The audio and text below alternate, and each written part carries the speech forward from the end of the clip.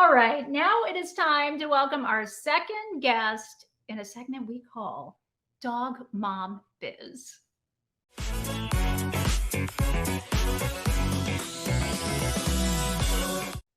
Dawn Celapino is an innovator in the fitness world. She has been an advocate for integrating dogs into our workout routine for years. In fact, that was long before it was even popular. And Dawn joins us now from San Diego, California. Dawn, thanks for joining us this evening. Oh yeah, I'm excited. Oh, you and your buddy, tell us about your dog. This is Hank. Hi, Hank. He is my little partner in crime. He's with me all the time, and we just got back from camping, and he likes to hunt lizards and dig. He heard his favorite word, lizard. There you go. He would love to be in Florida. We have plenty of lizards here, Dawn. You should come on down for a visit. Yeah, or over. We also have an alligator, so. That's right. What is Hank's favorite workout routine with you? Well, we've been paddleboarding a lot because it's summertime, so we paddleboard a lot together, and we love to hike. So we hike all the time. In San Diego right now, you can't really hike because it's too hot. So that's why we went up to Mammoth and went camping and went hiking up into the snow last week. Oh, wonderful. I'm so glad you got to get away and enjoy a little R&R. And now here we are talking fitness and all the fun things. Tell us how this passion for fitness and dogs came together for you. Okay, well, before Hank, I had my other dog, Jack, and they were the same breed, a Cairn Terrier. And when I got Jack, I was personal training. I was doing fitness in like clubs and different places, like private clubs and stuff. And so when I got Jack, it was the first little dog I had, and I never wanted to leave him. I just loved him so much. And so he was super fun. And so I just started taking him with me to where I worked and with my clients and everything. And one by one, the places started telling me I couldn't bring them. And I was like, okay, well then I quit. And then I was posting training time as well. And I was starting to incorporate like my clients' dogs into their workouts. And I was like, well, if they like it, then maybe other people would like it. And plus, I don't want to leave Hank. I'm sure other people don't want to leave their dog when they go work out. Sure. So what can we do together? So I just started my business and just kind of made it up as I went. So Dawn, I know you said, hey, no Jack, bye-bye. You know, I mean, that's a really bold move. It takes a lot of confidence, but you were a woman on a mission and you're doing great things. Yeah. I just really love that dog so much, and I never wanted to leave him behind. And, you know, like I said, I just started my business and I made it up as I went, and it kind of evolved. It just kept evolving. So then it was like, okay, well, I want to go camping. And if I go camping, I'm going to have to cancel my classes for the weekend. So let's all go camping. So then that started the whole camping with your dog. And so we all started going camping with our dogs. And so that turned into a yearly thing where I would bring all the food and we would have a cook come, and he would cook, and I would go ahead of time and plan out all the hikes and everything. So all people had to do was bring their tents or whatever they used. And the whole weekend would be planned. It was kind of like a little resort weekend in the campground for everybody. So that was super cool because some people had never camped with their dogs before. So then, you know, I wanted to go hiking. So I was like, okay, well, let's just go hiking with your dog. And it was one thing after another. And then it was kayaking with your dog. And now it's paddleboarding with your dog. And then it turned into dog yoga. So we've tried a lot of different activities with your dogs. And the thing is, the dogs can do any of them. You just have to give them a chance. You have to be patient, right? And I probably set them up for success from the beginning. Do you have any tips for that, easing dogs into new experiences? Yes, definitely. First of all, you know, a dog that has basic obedience is easier to work with. So, you know, a lot of people, and that's where my classes come in handy as well, because a lot of people take their little puppies to puppy training and they learn sit down, stay, you know, they learn the basic stuff, but then they never enforce it. And so the dogs are like in la la land, like they're just doing whatever they want.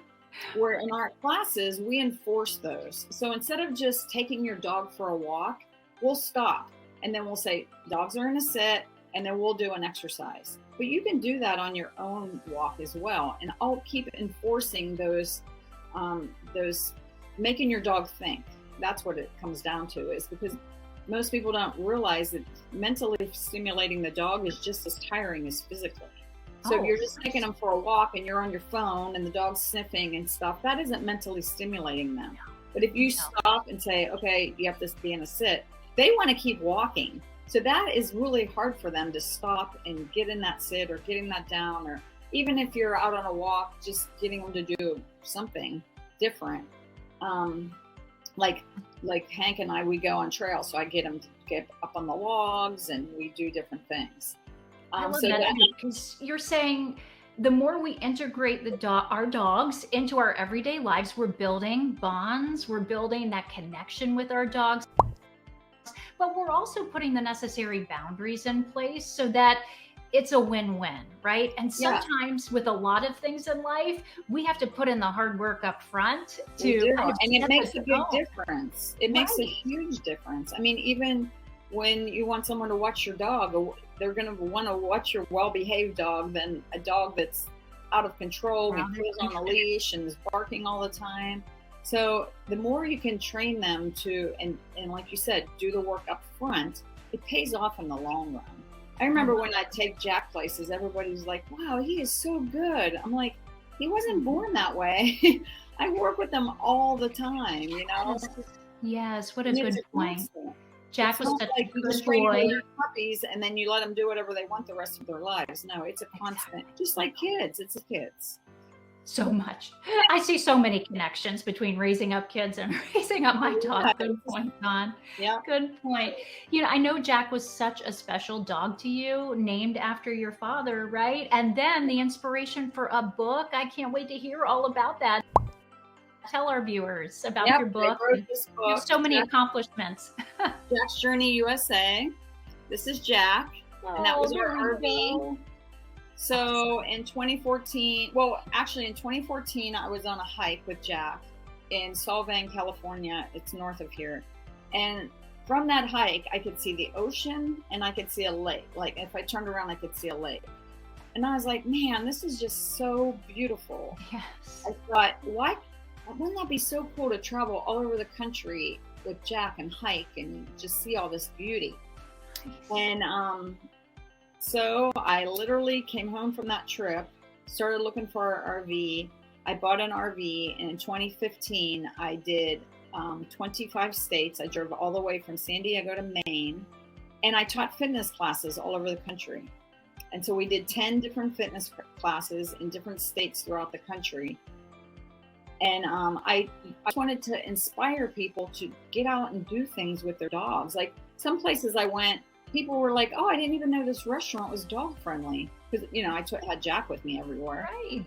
And so I just wanted to inspire people. Look what your dogs can do. You know, you don't have to just take them for a walk and leave them home all day. They can do so many different things. Yes. It's super fun, you know, and it was super to go all over the country and see the different weather and different environments, and just show people you can do stuff with your dog and you can have fun doing it. Yes, I love that, because you're just planting those seeds when you write the books, when you do the videos. You're saying, look, I can do it. You can do it too. Get out there, enjoy your dog, and enjoy being healthy. We need to take care of ourselves as well. And I think the more that we can integrate that into our lives, our dogs, and make it all work together, you know, we live in a pretty busy society and culture, but giving ourselves permission to do that is key. And you are inspiring people. And what a great way for Jack's legacy to live on too. I know, unfortunately, you lost him. I'm so sorry for your loss, but look at how you're still continuing to even share his story and the special bond that you shared. Yeah, he was a great dog, and we did a lot of stuff together. And but yeah, I think that people don't realize what their dogs, you know, can do. And so that's what Jack and I's mission was, to show people, get out and have fun with your dogs. Don't just, you go for a walk, put your dog in the house, and then you go work out. You can incorporate all that together, and it's fun, and fun for you. It's mentally stimulating and physically stimulating for the dog.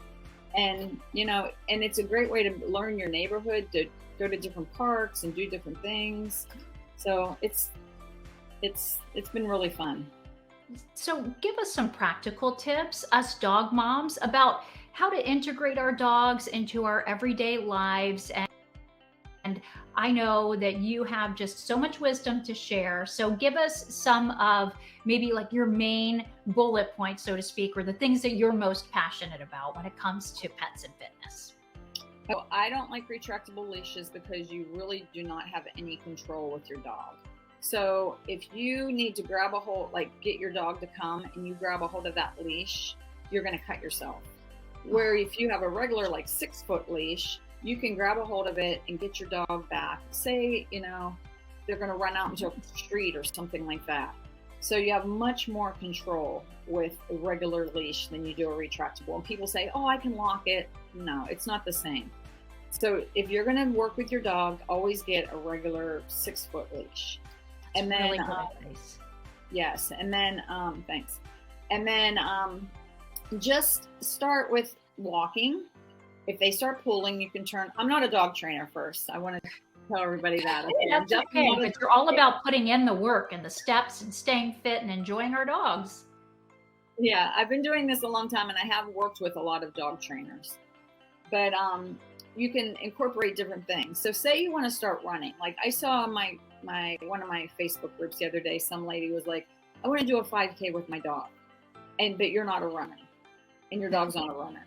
Right. Well, start walking. So what I tell people is go to a park and you see lamp posts or something, walk to the first lamp post and then run to the second one, walk to the next one and then run. And then you can start that way. And then eventually you can run for 2 lamp posts and then run for 3. So that's just one simple way.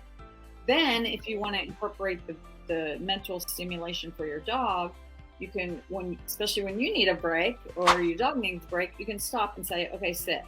Put your dog in a sit, and then you can do a stretch or something like that, and then you can start going again. Okay, that's the simplest way to, like, I work with a lot of older women. I have 70 and 80-year-old women in my classes now. So we do a lot of balance stuff.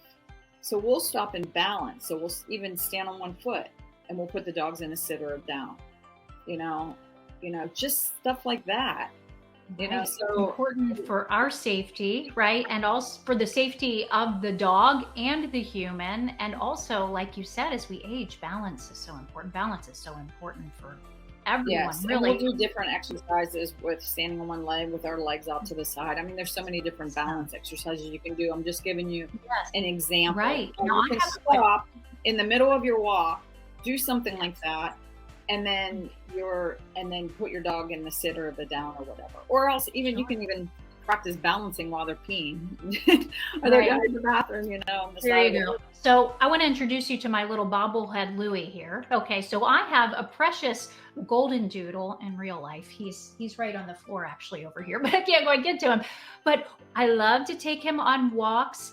It's challenging sometimes, Dawn, because he pulls, and I'll stop and I'll say, Louie, stay, and I'll just stop until he stops pulling. But he just has this propensity and tendency to do that. Dawn, help me out. How do I get him to where he stops pulling so hard? Well, again, I'm not a dog trainer, but one of the things that you can try to do is walk forward. As soon as he starts pulling, about face, go back the other way. You're not going to get my attention. So sometimes it's going to take you 20 minutes to go a couple feet. You know what I mean? But you're showing him now you're not the one that's in charge. I am. And if you pull this way, we're going to go back this way. There we go. Another thing you can try is a gentle leader. The gentle leaders, the dogs don't like them, but they go around their nose. And because if you have a harness on them, that encourages the dog to pull. Think of like a sled dog or something. That's what they put on them, harnesses. Okay. So that the gentle leader is like a game changer for a lot of people, especially with big dogs that pull. Yes, I will try that. 'Cause I've tried the harness, I've tried the leash, and not the retractable leash because I'm on your side, Dawn. I'm like, no, those things are not what we need. But that's helpful advice. So I'm going to give that a try because I'm really passionate about staying fit, taking care of myself, and bonding with Louie. So that's what we Yeah, and need to it's do. more fun. I mean, if your dog's Yes. making your walks miserable, you don't want to take them, Right. you know? Right. So I'll if take him on smaller strolls, but he has a lot of energy and I want to give him that full workout. So we'll build up to it. But Dawn, I know that here at Dog Mom News Live, we're all about getting the truth out there, debunking myths, and there are some myths and some misconceptions about exercising with our dogs. And so we polled our audience and we had a question come in from Nick's Nico. And I'm wondering if you just take a moment to go ahead and address this question. What is the best workout for snub-nosed dog because they get tired easily? What advice do you have here, Dawn? Yeah, that's a great question. Those dogs are called brachiocephalic dogs because it could be a boxer, a pug, a bulldog, any of those dogs with smashed, they kind of look like their noses are pushed in. It is still important for them to get exercise, but the biggest no-no is the heat. So try to keep them out of the heat because they can't breathe as efficiently, as regular dogs, which you shouldn't really be exercising any dogs in the excessive heat. That's why we don't do hikes in San Diego in the summer. We go to the water and do stuff down there where it's cooler. But you can still do stuff. We also teach dog yoga. So we always tell people like older dogs and those kind of dogs that will say, bring them to our dog yoga classes, because in those classes, we're still walking around and we're stretching and stuff and the dog's still with us. But keep it, shorter hikes, shorter walks and stuff like that. And just keep an eye on them and make sure that they're not, overheating. You want to make sure you have water for them for sure. But you can still do stuff with them for sure. I mean, we've had pugs in our classes and everything. Because with our classes, we stop and start, but we keep going, but we stop and start. So it's perfect for all dogs. Yes. And even small dogs need exercise as well. That's super helpful information, even for so many of our viewers watching right now, because we have a crazy record-breaking heat wave across a lot of the country. Just pace yourself, be smart about the workouts that you're doing with your dogs. Really, really a great reminder, Dawn. I know since we're debunking myths, let's talk about that myth of how small dogs, they don't need as much exercise as large dogs. I mean, I know you want to weigh in on this one. No, that's not true. And if anything, I learned when I first started my classes, like I said, I didn't know what I was doing when I started, but one of our very first dogs was a Pomeranian. And I used to take hay bales out and that dog would just she'd practically jump over the entire hay bale. And that's when I realized, man, small dogs, they can do everything that the big dogs can do. I've had a small dog, my last two dogs. They need exercise. And I think that's why a lot of small dogs are barkers and they're just crazy because they're not getting exercise. They need to get out. We have three dogs in my class that are less than 5 pounds and they are going over the jumps. They're doing everything.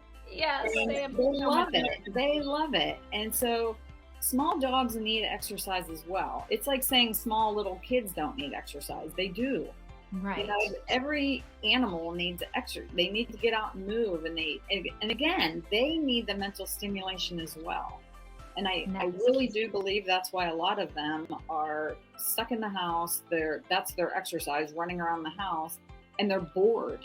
And that's why they're barking and chewing and doing all the things that they're doing. So they definitely need exercise. So let's stimulate their minds, get them moving, and unleash our fitness. Dawn, you've been at this for 20 years. Are there any success stories that really stick out to you in your mind? Okay, so one of them is, not just one, many. We've had some aggressive dogs come to class, and what we've learned is they just don't have confidence. So a lot of times, so what we would do in the class, because all of our classes, it's called Leash Your Fitness. So all the dogs were on leash the whole time. So what we would do is always keep those dogs away from the other dogs. But we would show them nothing bad's going to happen to you. And we would show them that they can do, they're going over the jumps, they're doing all the different things. And they ended up being less aggressive. And the dog mom was able to start taking the dog to dog events and all these different things because the dog built that confidence. So that's been super, super great. And another thing you can do with your dog, and even the small dogs with brachiocephalic ones, it's called Fit Paws, and it's like a balance. It's like a exercise ball, but you can put dogs on it. That's really good for building confidence as well. And it teaches them, it really works their core, and it teaches them balance and stuff. But we had a girl come in and that we did that with them, and it was really good for building confidence and stuff with the dogs. So that's great. Of course, we've had tons of people, lose weight, and go from not being able to walk a 5K to running marathons. So I think the cool thing about having the dog in the classes is it's an icebreaker. It's one thing that everybody has in common. So even if you come and you don't really want to exercise, that dog there is your little buffer. Your buddy. Yes. That's so true. I mean, it just sounds like such a blast, Dawn, and you're doing so much good. And so kudos to you. How can our viewers stay informed on what's going on with Leash Your Fitness? You can go to our website, but be honest, we haven't, ever since COVID, we haven't been doing much with the website, but you can, my email and everything's on there. You can always email me, and all the information's on there if they want to look at. And I blogged all about our dog. We set the world record for the largest dog yoga class. All that information's on the website. Fantastic. Dawn Celapino, thank you so much for your time. You take care. There you go. Okay, fantastic. Thank you, Dawn. Thanks for joining us. Thank you. Thank you very much. Thanks so much for watching this Dog Mom News clip. Be sure to like, comment, and subscribe to our YouTube channel for more awesome and informative Dog Mom News content. And while you're at it, ring the bell so that you can find out about more content in real time. You don't want to miss it. Thanks for watching, everyone.